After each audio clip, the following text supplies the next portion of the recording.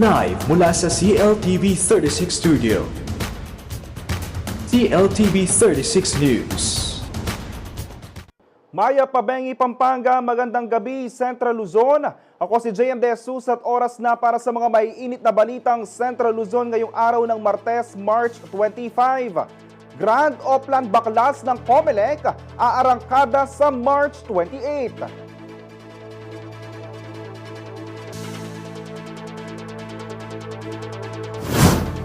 Ilang drivers at operators kinumbina ang umunay falsification of data ng LTFRB. Dekalidad at abot kayang serbisyong medikal hatid ng Sun City Medical Center. At kapakanan ng mga kababaihan, isa sa mga prioridad ni Senatorial Bet Camille Villar.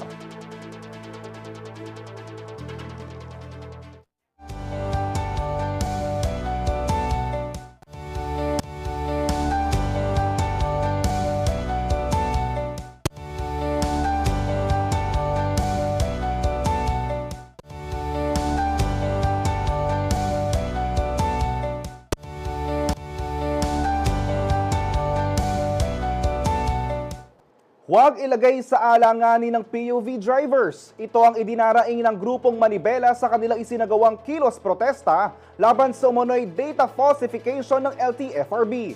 Darito pong report. Isang kilos protesta ang ikinasa ng mga jeepney driver at operator na miyembro ng Manibela, Pampanga umaga nitong Martes, March 25, kasama ng malawakang tigil pasada sa iba't ibang panig ng bansa. Bagamat hindi tuluyang naparalisa ang public transport, nagtipon pa rin ang grupo sa barangay San Matias, Santo Tomas para irehistro ang kanilang mga hinaing sa pamahalaan kaugnay ng Public Transport Modernization Program o PTMP.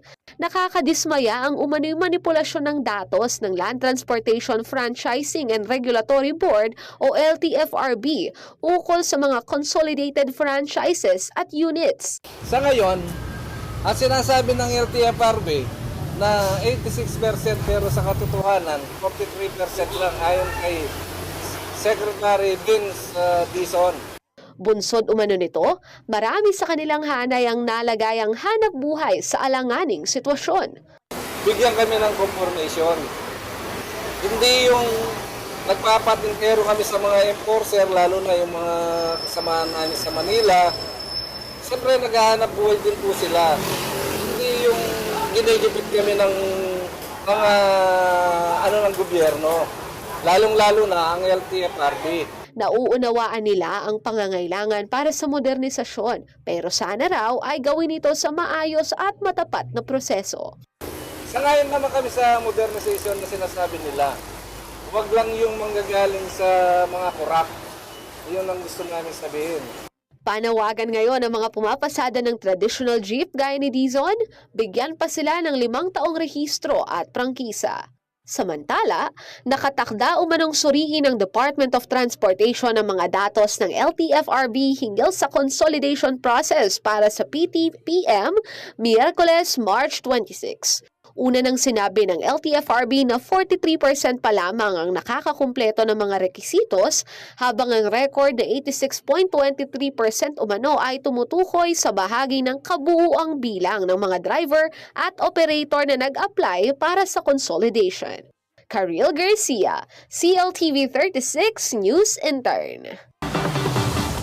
Samantala, maglulunsad ang Commission on Elections o COMELEC ng malawakang Grand Oplan Baklas sa pagsisimula ng local campaign period sa Biyernes, March 28. Layunin nitong tanggalin ang lahat ng illegal campaign materials simula noong kick-off campaign ng mga kandidato para sa national posisyon.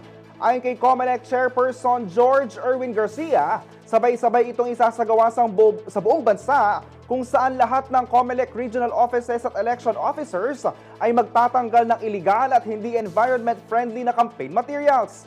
Hinimok din niya ang mga may-ari ng mga private property na limitahan ang pagpapaskil ng election posters at tiyaking sumusunod ang mga kandidato sa COMELEC requirement na 2x3 feet. Noong February 28, nagpatupad na ang Oplan Baklas ang COMELEC para sa senatorial at party list candidates. Sa Sa pagpapatuloy nito, bibigyan muna ng 3 araw na palugit ang mga kandidato upang tanggalin ang kanilang illegal na campaign materials. Ang hindi susunod ay maaaring kasuhan ng election offense na posibleng humantong sa diskwalifikasyon.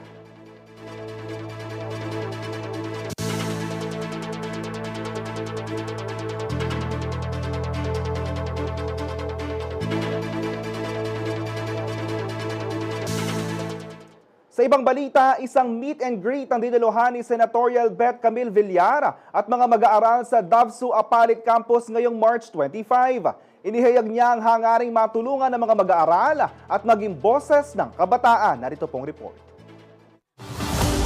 Binisita ni Senatorial Candidate Camille Villar ang mga mag-aaral ng Don Honore Ventura State University o Davsu Apalit Campus ngayong Martes, March 25. Ipinarating ni Villar ang kanyang commitment na tulungan ng mga estudyante mula sa pag-aaral hanggang sa future employment. Para sa akin, study hard at huwag kayong mag-alala. Mula sa pag-aral nyo, kung anumang tulong na maibibigay namin ay nandito po kami para siguraduhin na hindi lang namin kayo matulungan habang mga estudyante kayo, kundi kapag nakapag-graduate na kayo, hanggang sa paghanap nyo ng trabaho at sa pagtrabaho nyo, makakaasa po kayo na nandito kami palagi para sa inyo. Batid din ni Villar ang mga pangangailangan ng mga kabataan, lalo na sa mga pagbabagong dala ng modernisasyon. Gusto ko rin naman maging boses ng hindi naman sobrang bata, pero ng mga kabataan. Dahil syempre lumaki na rin ako sa mundo ng kinalakihan natin, yung meron ng internet, meron ng social media. Marami na pong pagbabago na dapat ma-incorporate natin sa mga programa natin at sa mga batas natin na ginagawa at dapat po marinig na po ang ating pangangailangan. Samantala, may hiling naman ng ilang kabataan sakaling siya ay maupo sa Senado.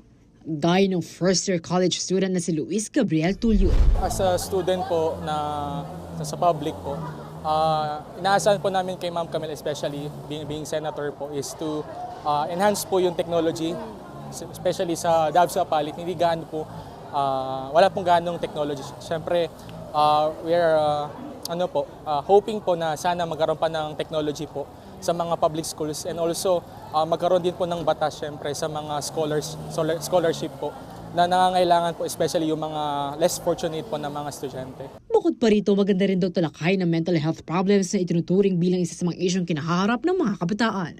Kaya panawagan ni Tulio, bigyan sana ito ng prioridad sa Senado. Yung mental health po natin is very serious po problem, especially in the Philippines po. Maraming mga kabataan sa panahon ngayon yung nangangailangan ng tulong, especially sa mental health po. I hope meron tayong batas na ipatupad po na dapat i-focus yung mga estudyante na nangangailangan ng tulong. Kasi marami po mga estudyante yung kumbaga hindi na focus po. May mga estudyante din po na kailangan ng tulong, hindi po napapansin. Samantala sa pagbisita ni Villar sa Pampanga, sinamahan siya ng mga opisyal ng ilang munisipalidad. Kasama rito si Apalit Mayor June Tatangco, Minalin Mayor Philip Nagit, Lubang Mayor Esme Pineda at iba pa. Liana Canilao, CLTV 36 News. Manatiling nakatutok para sa iba pang balita ngayong araw.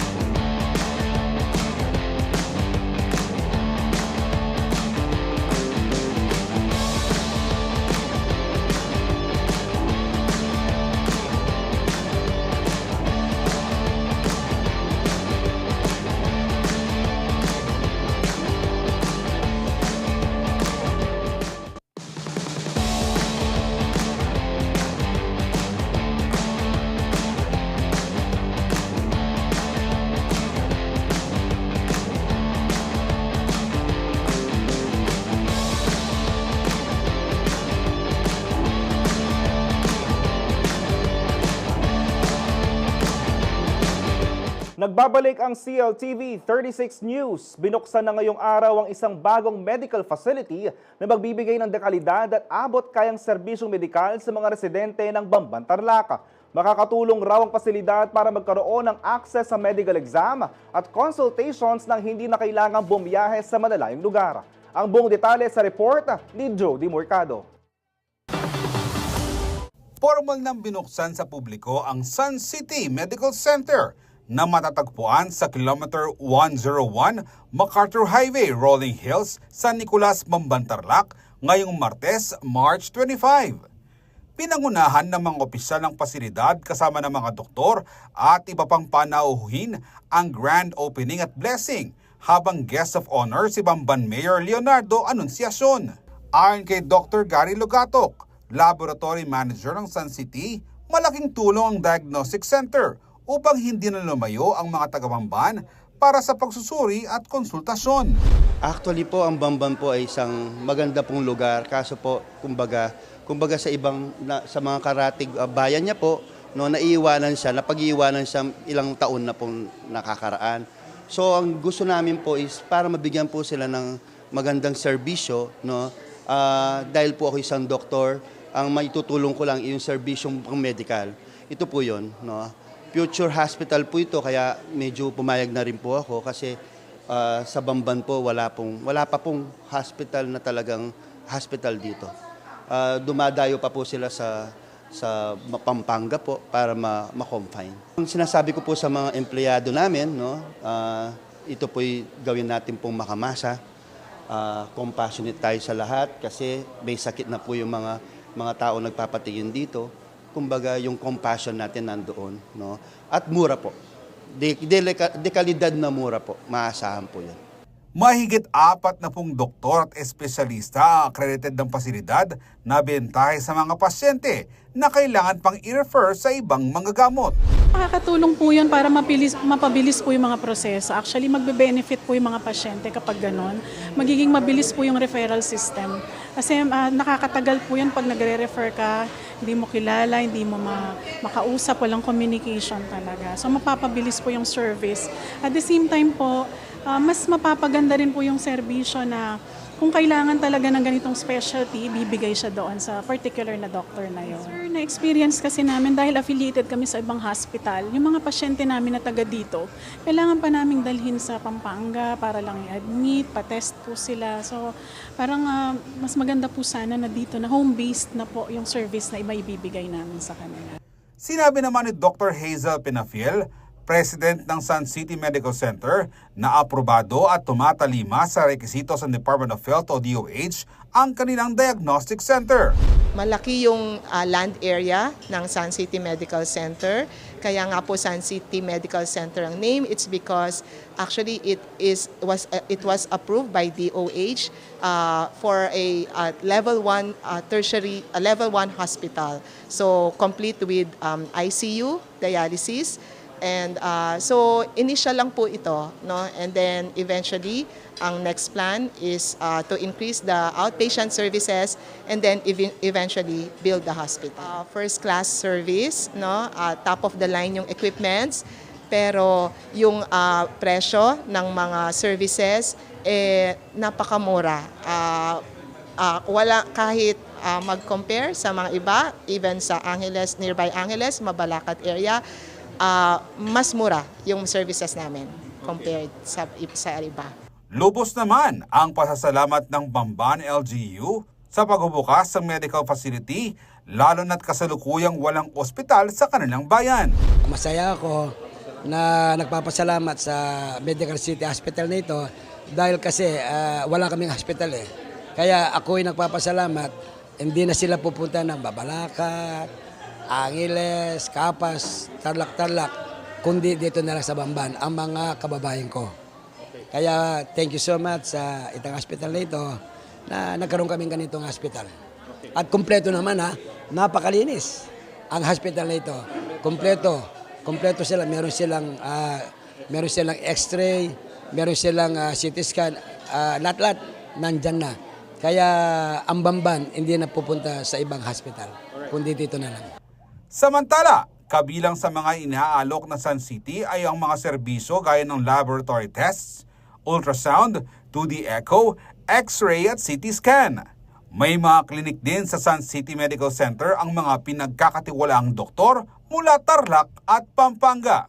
Para sa mga nais magpakonsulta, bukas ang Sun City Medical Center mula Lunes hanggang Sabado, 5:30 a.m. to 4 p.m. Pwede ring bisitahin ang kanilang social media page at Sun City Medical Center Corporation. Ako si Jody Dizon Mercado para sa CLTV 36 News. Nakiisa mga empleyado ng Laos Group of Companies o LGC sa Fire Safety and Earthquake Drill ngayong Martes, March 25 sa Laos Group Complex. Layo nitong i-familiarize ang mga empleyado sa real-life scenarios at emergency situations. Narito pong report. Ginaganap tuwing Marso ang Fire Prevention Month dahil ito ang simula ng pagtaas ng temperatura at heat index. Dahil dito, mas tumatagal ang paggamit ng mga appliances tulad ng electric fan at aircon. Bagamat hindi ito direktang sanhi ng sunog, maaari naman ito magdulot ng panganib kung hindi wasto ang paggamit, lalo na kung may faulty wiring o overloaded na electrical connections. Para mapaghandaan ng ganito mga sitwasyon at mapababa ang peligro ng sakuna, isang fire safety drill ang pinangunahan ng Laos Group of Companies o LGC ngayong Martes, March 25 sa Laos Group Complex. Bukod pa nito, nagkaroon din ng preparasyon para sa earthquake o lindol. This is our second emergency drill on real-life scenarios. So it's our first time to conduct here at the LPLCC Corporate Center. And we engaged all our employees and the different teams to be prepared in case of real-life scenarios such as emergencies, earthquake, fire, and other similar circumstances. Layo ng LGC na maisulong ang employee preparedness na makatutulong sa kanila sa oras ng sakuna. It's very important for all of us to be prepared in case real-life scenarios strike, such as emergencies such as a fire, earthquake, kasi we would very well know what to do and how to react in case meron tayong mga emergencies. Bukod sa paghahanda para sa mga insidenteng posibleng mangyari sa loob ng kanilang trabaho, sinisiguro rin ng LGC na may kaalaman ng kanilang mga empleyado sa pagharap sa ganitong mga sitwasyon kahit nasa kanilang mga tahanan o komunidad. Kasi yung preparedness na binibigay natin sa ating mga employees, it's not actually just at the workplace kasi emergencies can happen in real life. Pwede sa communities nila, pwede sa mga bahay. So this is one way of us taking good care of them para they can be prepared in case scenarios such as this strike. Samantala, tinitiyak din ng LGC ng kanilang gusali at pasilidad ay ligtas sa lahat ng oras.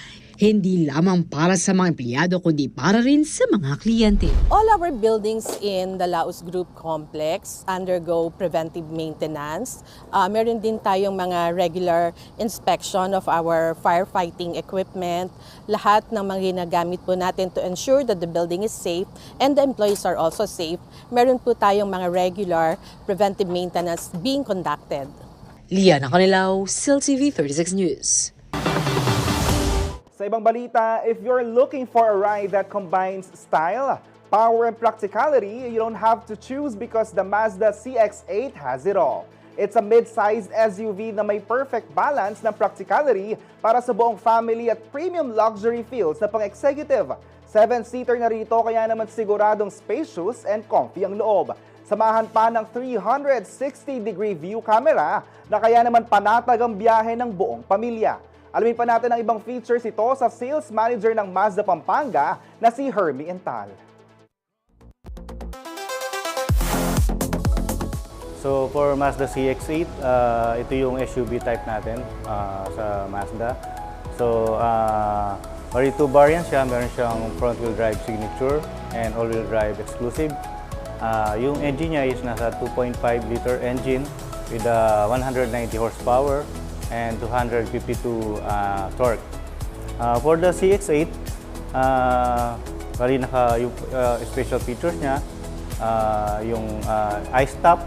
So yung iStop, very sa fuel efficiency. Kapag nag-ano ka sa traffic, so mag-off yung engine, so makakatipid ka ng fuel. Then meron din siyang cruise control, adaptive cruise control. So, helpful din yun sa mga, lalo na pag sa SCTEX or NLEX, so hindi ka na kailangan mag-press ng accelerator. So, mag-under yung unit without pressing accelerator with the cruise control. And then, meron din siyang 360 camera.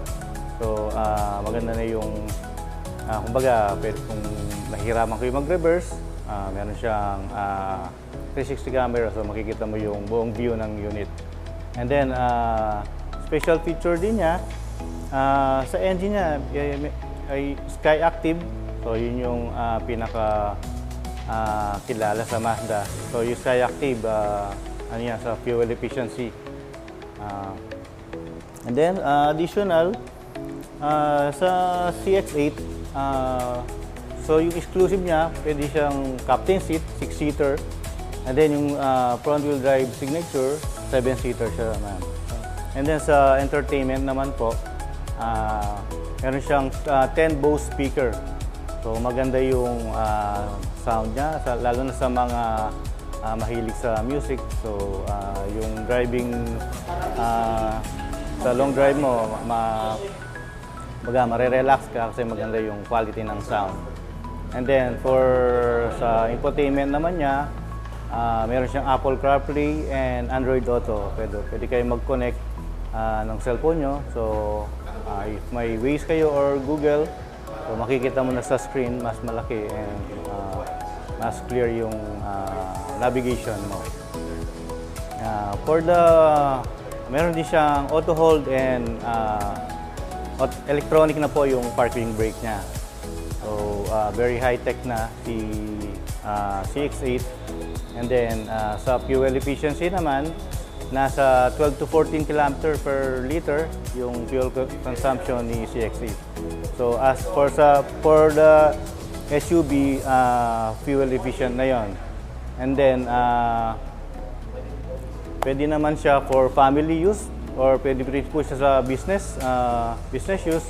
Kasi most of our clients, businessman, so CX-8 din yung madalas na kinukuha nila. For family naman yan, 7-seater siya or 6-seater, marami siyang may sasakay. Safety features, meron siyang 6 airbags. And then, meron siyang mga lane departure warning.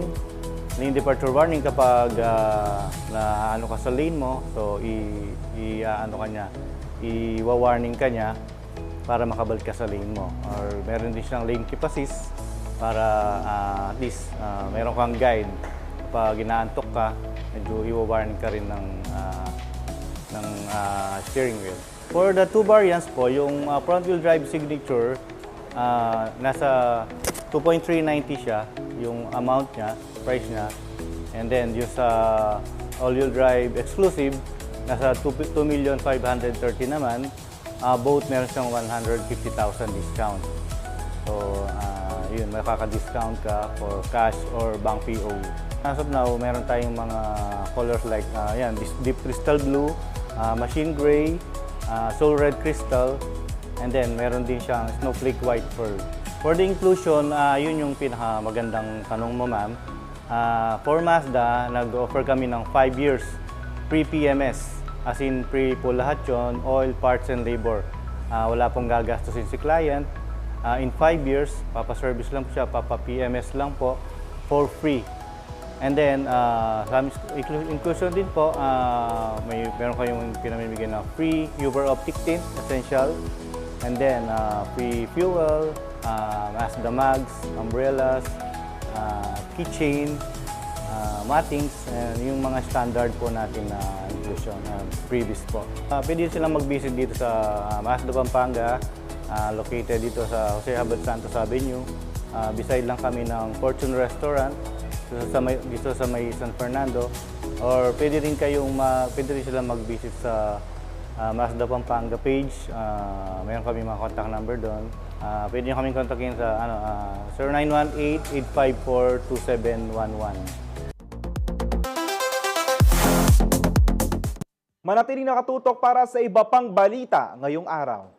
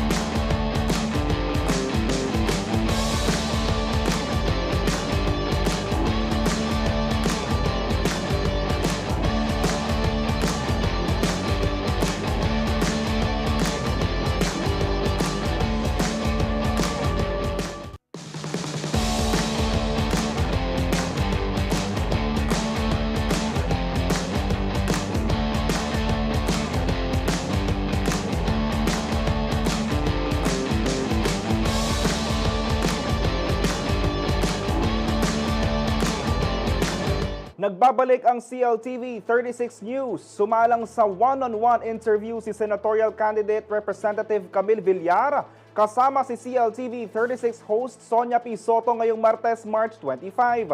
Kabilang sa kanilang tinalakay ang iba't ibang issue at usapin pagdating sa mga kababaihan. Narito ang buong interview.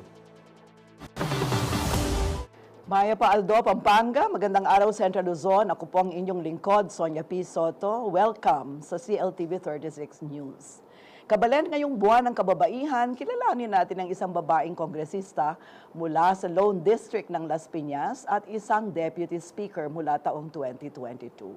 Welcome to CLTV 36, Ma'am Camille. Thank you so much, Maya pa Aldo po, Ma'am Sonia, at syempre sa lahat po ng nanonood sa atin. Ngayon po, it's a pleasure for me to be here today. And we are so pleased to finally are here with us today kasi we have been waiting for you to visit Pampanga. Yes, it's always nice to come back to Pampanga because actually my grandmother, si Corita Bamba Villar, is from Sasmuan, Pampanga, her family. So, nandun pa rin po ang aming mga relatives na Bamba sa Sasmuan. Eh, kahit dito maraming Bamba, San Fernando, all over Pampanga. Opo. I know several of them. Yes. So, actually, her family, they were fishermen from Sasmuan and also Orani, Bataan. Kasi di ba they face each other. So, it's always so nice to come back here. And of course, who can resist the food, the cuisine, the Kapampangan cuisine. So, sobrang excited ako pag bumabalik dito. Oo. Meron ditong Manyaman Festival. Oo nga, di ba? Sige. Alam ko, busy kayo. So, I prepared a few questions tungkol sa kababaihan. Yes. Kasi isa yan sa advokasya ninyo. Yes. At Women's Month, syempre. Hindi naman pwedeng lumipas ang Women's Month nang hindi tayo makakarinig ng mga plano mula sa isang Congresswoman, Camille Villar, whose advocacy is women's welfare and women's rights. Okay. Ma'am, isa sa mga advokasya ninyo, yung kapakanan ng kababaihan, lalo na ang mga buntis at mga ina. Ano ang nag-udyok sa inyo na gawing pangunahing agenda ito? Alam niyo po, when I first became a mother, in 2016, I have a son, si Tristan, my oldest, who's 9 years old now. And then again, when I gave birth to my daughter, Cara, in 2023, talagang bilang isang young mother who's starting a family and also trying to make her way through her career, talagang intindi ko how difficult it is or how challenging it can be to fulfill all the roles of a woman because you have to be a mother, you have to take care of your kids, you have to be alagaan pa rin natin yung ating mga magulang at ibang mahal sa buhay. At kahit ano man ang ginagawa mo, kailangan mapatakbo mo man ng maayos yung iyong tahanan. And on top of that, most women ay naghahanap buhay pa and find the time to give back pa to their community. So, naiintindihan ko na minsan kulang ang oras sa isang araw, ang araw sa isang linggo para gawin po lahat yon and how much work it needs and how much help you require, how much support you require. And so when I was Congresswoman in Las Piñas, talagang I went around all the barangays and had a nanay fair for pregnant women and also mothers to give them support. So we gave financial support, also educational assistance for their children, medical support sa panganganak to make sure na healthy yung mommy, healthy yung baby, at higit sa lahat, tulong na pangkabuhayan. Kasi marami pong mga nanay, kahit nasa bahay sila, ay talagang para mapagkasya po yung budget sa bahay. I think regardless of where you are in life, it's always challenging, di ba? So they want to look for dagdag kita. So marami tayong mga livelihood programs to give them the necessary skills para mag-business kahit sa bahay lang, para magbenta. And also, the Nanay Fairs also gave them a platform to showcase their products. So whether it's online or there in the Nanay Fair, nakakapagbenta sila ng mga produkto nila para tulong kita din. And that's something that I wanted to practice throughout the country. And of course, bilang isang congresswoman, napakahalaga ang mga policies that support women. So, syempre gusto natin i-institutionalize yung mga tulong na binibigay sa mga buntis through maternity kits.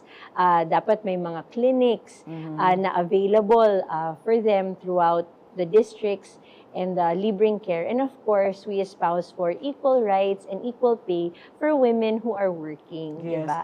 So you sponsored the Pregnant Women Welfare Bill, which Yes. became an act eventually. Yes, yes, Oo. yes. Can you tell us how this particular act can really address the situation of pregnant women, particularly pregnant women workers? Yes, so it gives them benefits from the government and from the specific institutions, and it also gives them extra care and extra support when they are pregnant. So, extra maternity leaves and syempre, a place for them to take care of their kids when they're working, and also to make sure that they get the checkups that they need and any financial assistance that they need from any of our institutions. So, Kasama mas ba beneficial. dito yung mga daycare sa loob ng Yes, mga so pabrika?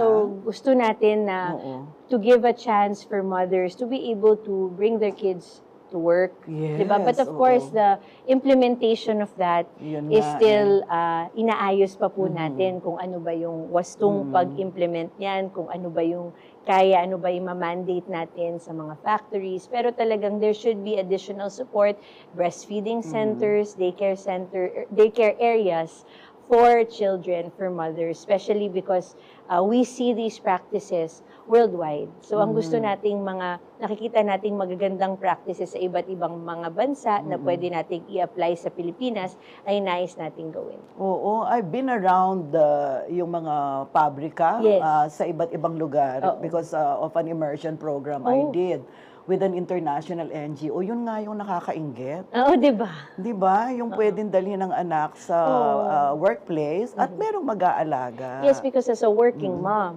talagang you really have to be flexible and creative in balancing time with your family and also working. And that can be challenging. So, in any way that we can, dapat matulungan natin yung mga nanay na nagtatrabaho para magawa nila ng husto yung mga trabaho nila. Oo, sana mapagtagumpayan nyo yan. Kasi yan ang talagang kailangan nating mga kababaihan, lalo na yung mga kasing edad ninyo o yung mga mas bata sa inyo na nanay, di ba? Oo, talagang minsan na-overwhelm talaga ako sa dami ng gustong gawin ng isang nanay at malimit nga nakakalimutan na natin ang ating sarili kasi inuuna natin yung anak natin, yung mga mahal natin sa buhay. But it would really help to have that support, especially from the government and your representatives and workers. I didn't realize until this interview na kayo rin pala yung nagpanukala ng Equal Maternity Protection Act? Oo, so lahat po ng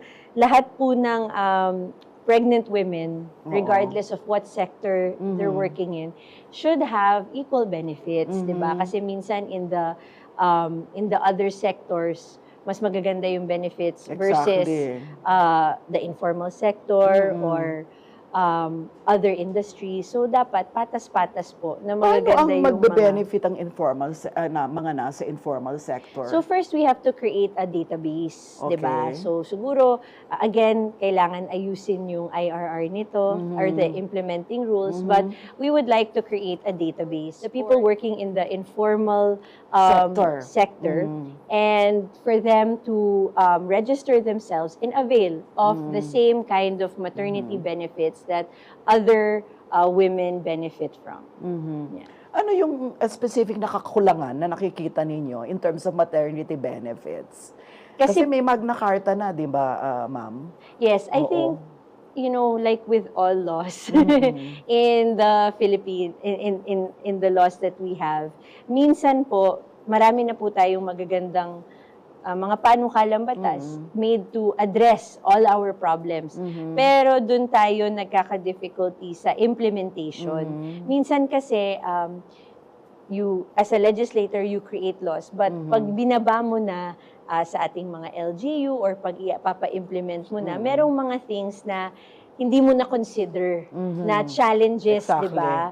So, kung tanong yan sa kagandahan ng batas or layunin ng batas, marami na tayong magagandang batas at solusyon. Ang importante is ma-implement natin properly and efficiently. Kasi minsan meron tayong mga ginagawa na it doesn't work pala pag ginawa mo na on ground or may mga inefficiencies, kakulangan ng tao para i-implement or medyo mahirap pala to create the database, makikita mo yung mga problema. So dapat there should be a specific time frame kasi we have some laws that talagang ilang taon na hindi pa naaayos ang IRR, hindi pa na gagawa properly, hindi pa na i-implement. So yun dapat. I believe na proper implementation is key. Yeah. Congresswoman, interesado ako sa inyong maternity kit. Opo. Ano ba ang laman ng isang maternity kit? Of course, the maternity kit really helps all pregnant women, not just in preparation for having your baby, but also for you. So this includes what the necessary knowledge that you need for checkups, also the vitamins that you need as you await your baby, and yung mga milestones na kailangan bantayan ng isang pregnant mother and emergency guidelines. Tapos pag nanganak ka, yung syempre mga kailangan ng baby like diapers, 'di ba, yung mga wipes, yung mga kailangan ng isang nanganak. So hopefully that can be provided for them. Oo, pero importante ito ha. Yes. Itong maternity kit na ito, if we can provide pregnant mothers Alam mo with this kit, importante ito kasi napagwawalang bahala ang health o yung kalusugan. Yes, you will find that a lot of women go through their entire pregnancy here in the Philippines without even having been checked once. Diba? And actually, a lot of our a lot of the disasters or accidents or fatalities could have been avoided if they had availed of check-ups or if their journey throughout their pregnancy was healthy. Oo, at importante yan para mababa yung maternal deaths o kaya ma-eliminate totally, hindi ba? Kasi yung mga iba, pwede namang iwasan kung naging vigilant lang tayo in the beginning.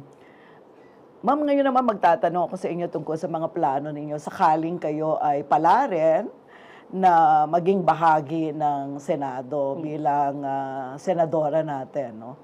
Senadorang napakaganda. Balak ninyong lumipat mula sa Kongreso patungo sa Senado.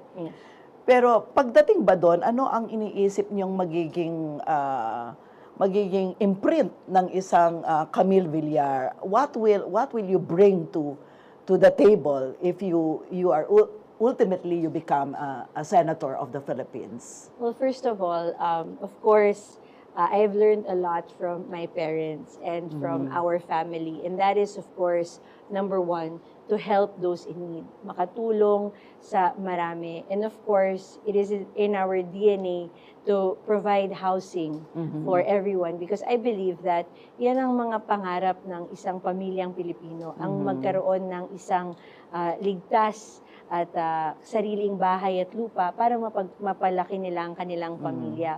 And having been in the housing industry for more than 50 years, our family, we are experts in housing, and we feel that I feel that I can bring some of that expertise into our housing programs in the Philippines to make it more efficient and to also make it more accessible for many Filipinos. Kung pwedeng ang libreng pabahay na lang para sa lahat, ay yan ang ating gustong gawin.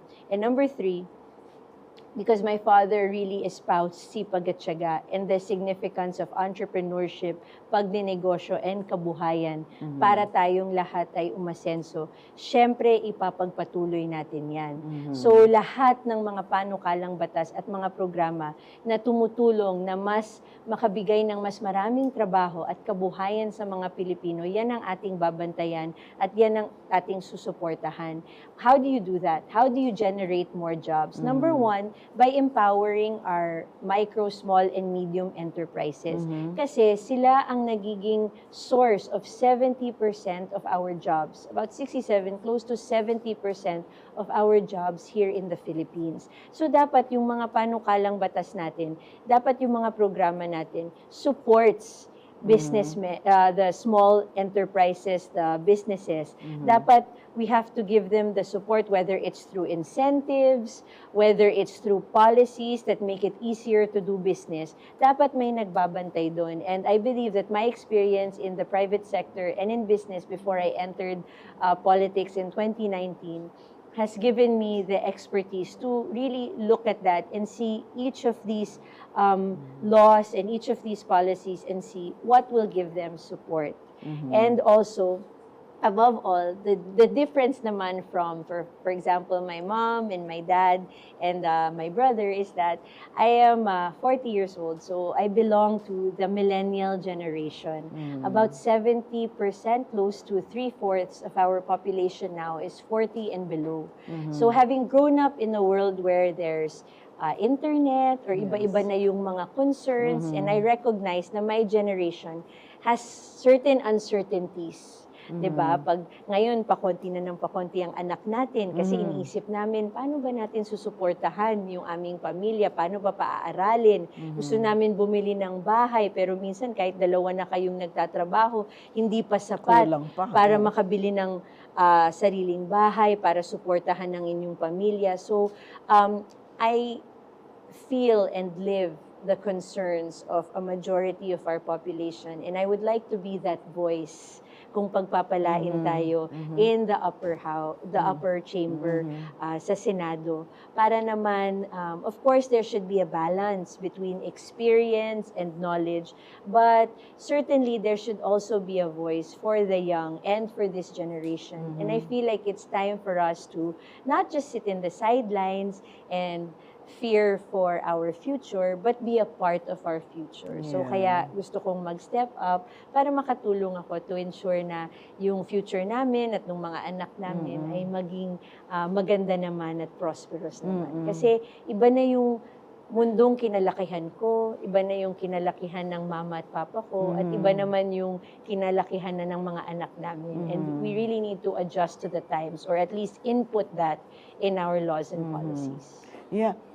Kung bilang isang millennial, siyempre you're very familiar with artificial intelligence.